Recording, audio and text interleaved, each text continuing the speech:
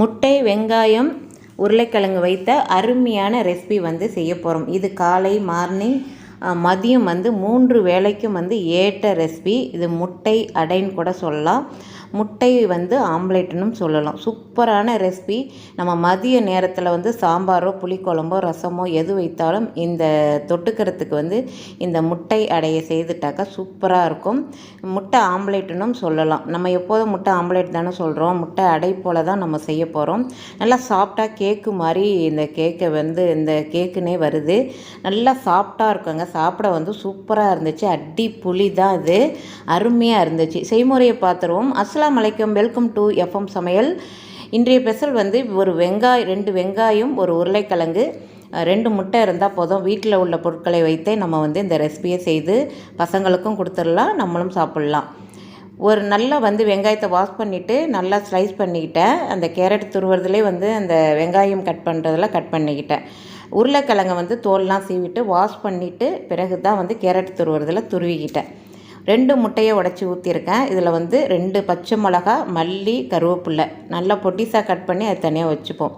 முட்டையை வந்து ஒரு 3 நிமிஷத்துக்கு நல்லா வந்து கலக்கி விடுன்னு 3 நிமிஷத்துக்கு வந்து நல்லா கலக்கி விடுன்னு ஒரு பிஞ்சு அளவுக்கு உப்பு போட்டுக்கோங்க. முட்டையை கலக்கிறதுல தான் வந்து இந்த அடை பக்குவம் வந்து இந்த ஆம்லேட்டு அடை எப்படி வேணாலும் சொல்லலாம். நம்ம நல்லா வந்து ஒரு நல்லா கலக்கணும். நம்ம வந்து நல்லா கலக்கி எடுத்தால் தான் நல்லா வரும். நல்லா வந்து ஸ்மூத்தாக வந்து நல்லா வந்து அடை பக்குவத்தில் நல்லா வரும். கேக்கு போல் வரும் அப்படி கூட சொல்லலாம். நல்லா இதை அடித்து இது ஒரு பக்கம் எடுத்து வச்சுப்போம். பிறகு வந்து இதை வதக்கி எடுக்கணும். வெங்காயம், உருளைக்கிழங்குலாம் வதக்கி எடுக்கணும். அடுப்பை ஆன் பண்ணி கடாயை வச்சுருக்கேன். அது சூடு வந்ததும் ஒரு 4 டீஸ்பூன் அளவுக்கு ஆயில் விட்டுருக்கேன். நீங்கள் வந்து கொஞ்சமாக நீங்கள் வந்து ஆயில் விட்டு நீங்கள் இதை வதக்கினாலும் பரவாயில்ல, எப்படி வேணாலும் நீங்கள் செய்துக்கலாம். கொஞ்சம் ஆயில் விட்டாக்க டேஸ்ட்டு கூடுதலாக இருக்கும், அவ்வளோதான். ஆயில் வந்து 4 டீஸ்பூன் விட்டுருக்கேன். வெங்காயத்தை வந்து நம்ம வதக்கி எடுத்துருவோம். ஒரு கண்ணாடி பதத்துக்கு வதங்கினோடனே நம்ம உருளைக்கிழங்கை சேர்த்துக்கணும். அதில் வெங்காயத்தை நல்லா வதக்கிடுவோம். வதக்கிட்டு மிளகுத்தூள் வந்து ஒரு 1/4 டீஸ்பூன் அளவுக்கு நான் இடித்து வச்சுக்கிட்டேன்.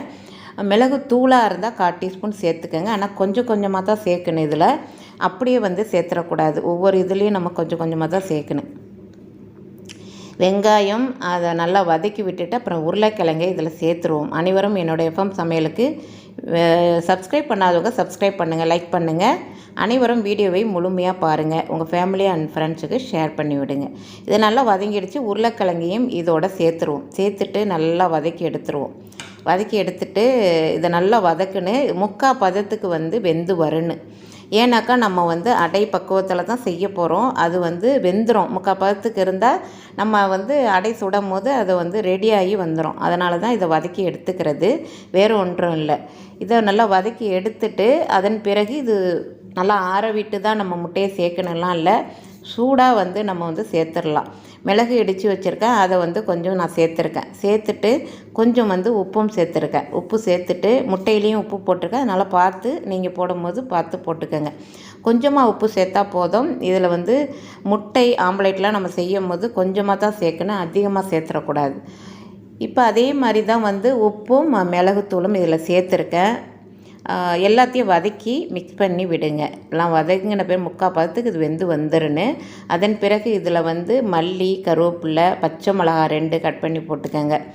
நீங்கள் கூடுதலாக செய்யணும் அப்படின்னா 4 முட்டை அப்படி செய்யணும் அப்படின்னா வீட்டுக்கு எத்தனை பேர் இருக்கீங்களோ அத்தனை பேருக்கு தகுந்த மாதிரி செய்யணுன்னா கொஞ்சம் வந்து எல்லாத்தையும் பொருட்களை வந்து அந்த உருளைக்கிழங்கு, வெங்காயம், முட்டையெல்லாம் அளவு வந்து கூட்டிக்கங்க. அவ்வளோதான், வேறு ஒன்றும் இல்லை. ஆளுக்கு ஒவ்வொரு அடை சாப்பிட்டாலே வந்து வயிறு ஃபுல்லாகிடுதுங்க. சூப்பராக வந்து இருக்குது, டேஸ்ட்டும் இருக்குது. நம்ம வந்து காலைல வந்து மாவுலாம் இல்லை, சப்பாத்தி எதுவுமே நம்ம வந்து செய்யலைன்னாக்கா இது குயிக்காக செய்திடலாம். இது வதக்கிற டைம் தான், வேறு ஒன்றும் கிடையாது. இது வந்து பசங்களுக்கும் ரொம்ப பிடிக்கும். அதனால் வந்து இது ஒன்று சாப்பிட்டாவே வயிறு ஃபுல்லாகிடுது. இது ஒன்று தான் நான் ஆம்லேட் போட்டு செய்தேன். இது அப்படியே கூட போட்டு அப்படியே எடுக்கலாம். நான் வந்து தனித்தனியாக தான் போட்டேன். ஏன்னாக்கா வந்து ஃபுல்லாக போட்டு நம்ம வந்து கட் பண்ணுறதை விட இப்படி செய்வோம் அப்படின்ட்டு தான் நான் எடுத்தேன். நீங்கள் ஃபுல்லாகவும் போட்டு அப்படியும் கட் பண்ணியும் சாப்பிட்லாம். இதுக்கு வந்து வறுத்த அரைத்த மசாலா வந்து கொஞ்சம் சேர்த்துருக்கேன் டேஸ்ட்டுக்காக.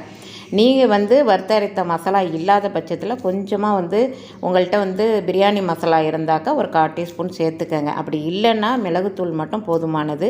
டேஸ்ட்டு கூடுதலாக இருக்கும், அவ்வளோதான். அதனால் 1/4 டீஸ்பூன் சேர்த்துக்கிட்டேன். அது பிரியாணி மசாலா மாதிரி தான் இருக்கும். அதனால் இப்போ வந்து வதக்கிட்டு எடுத்து வச்சுட்டேன். இதில் வந்து கார்ன்ஃப்ளவர் மாவு வந்து சேர்க்குறோம். எதனாலனாக்கா கிறிஸ்பியாக இருக்கும். அந்த முட்டைலாம் சேர்க்கறதுனால நல்லா கலந்து அதை வந்து திருப்புறத்துக்கெலாம் வந்து கரெக்டாக வரும். கார்ன்ஃப்ளவர் மாவு 3 டீஸ்பூன் சேர்த்துருக்கேன். நீங்கள் இல்லாத பட்சத்தில் அரிசி மாவு சேர்த்துக்கங்க. கார்ன்ஃப்ளவர் மாவு சேர்த்தாக்கா கிறிஸ்பியாக இருக்கும். அதான், வேறு ஒன்றும் இல்லை. முட்டை வந்து இப்போ இந்த நேரத்தில் அந்த மாவை கலக்கி விட்டுட்டு முட்டையை சேர்த்துப்போம். சேர்த்துட்டு முட்டையிலையும் கொஞ்சம் மிளகுத்தூள் போட்டிருக்கேன். அதில் வந்து நல்லா மிக்ஸ் பண்ணி விடுங்க. இந்த உருளைக்கிழங்குல நம்ம சூடாக இருக்கும் போது சேர்க்குறோம் அப்படின்னு நினைக்க வேணாம். நான் சூடாக தான் சேர்த்தேன். அதெல்லாம் ஒன்றும் ஆகாது. அதனால் வெந்துலாம் வராது, பயப்பட வேண்டாம். கொஞ்சம் விட்டுட்டு ஒரு 5 நிமிஷம் விட்டுட்டு நீங்கள் வந்து எப்போதும் போல் செய்துடுங்க. நான் உடனே தான் எல்லாமே சேர்த்தேன். இப்போ மிளகுத்தூள் சேர்த்துருவோம். மிளகுத்தூள் கொஞ்சமாக தூவி விட்டுக்கிட்டால் மொத்தம் 1/4 டீஸ்பூன் அளவு தூவி விட்டுட்டு எல்லாத்தையும் கலந்து விடுங்க. இப்போ வந்து அடுப்பை ஆன் பண்ணி ஒரு தோசைக்கல்லை வச்சுருவோம். ஒரு 2 டீஸ்பூன் அளவுக்கு ஆயில் விட்டுட்டு இதை வந்து அடை பக்குவத்தில் வந்து இதை செய்ய போகிறோம்.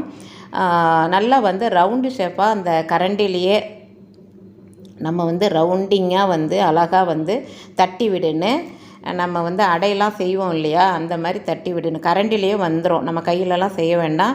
கரண்டிலேயே வந்து நம்ம வந்து கரெக்டான பக்குவத்தில் வந்து ரவுண்டாக வந்து செய்துடுங்க. எண்ணெய்லாம் சுற்றிரும் ஊற்ற வேணாம். ஏன்னா நம்ம ஆயில் விட்டு தான் இதை வந்து ஆம்லேட்டை வந்து, நான் ஆம்லேட்டுன்னு சொல்கிறேன், உருளைக்கிழங்கு அடைன்னு சொல்கிறேன், எப்படி வேணாலும் நம்ம எடுத்துக்கலாம். இதை வந்து ஒரு 3 நிமிஷம் மூடி போட்டு நல்லா கோல்டன் ப்ரௌன் கலருக்கு வந்துடும். ஏற்கனவே வெந்தது தான், ஏன்னா வதக்கி எடுத்தது. இப்போது சிறிது நேரம் வெந்தால் போதும், நல்லா வெந்து வந்துடும்.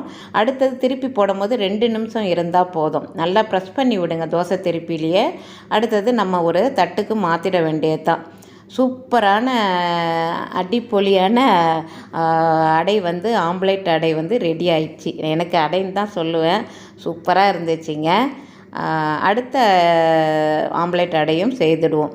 இது வந்து 2 டீஸ்பூன் விட்டோம் இல்லையா, அதுலேயே எண்ணெய் இருக்குது. நான் 1 டீஸ்பூன் தான் எண்ணெய் விட்டேன். அடுத்த வந்து அந்த அடையும் சுட்டுடுவோம், ஆம்லேட் அடையும். இதை வந்து அதே மாதிரியே வந்து ரவுண்டிங் ஷேப்பு வந்து தட்டி விட்டுட்டு ஒரு 3 நிமிஷம் வேக விடுங்க.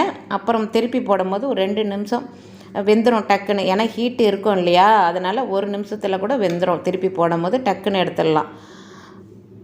பிறகு அதை திருப்பி போட்டு நம்ம எடுக்கிறோம். சூப்பரான அருமையான ஆம்லேட் அடை ரெடி ஆகிடுச்சு. நீங்களும் ஆம்லேட் அடை செய்து பார்த்துட்டு உங்களுடைய கருத்துக்களை சொல்லுங்கள். அருமையாக 2 ஆம்லேட் அடையும் ரெடி ஆகிடுச்சு சூப்பராக. இனிமேல் சாப்பிட வேண்டியது தான். அனைவரும் சாப்பிட வாங்க. அடுத்த சூப்பரான ரெசிபியுடன் உங்களை சந்திக்கிறேன். அதுவரை விடைபெற்று மீண்டும் சந்திப்போம்.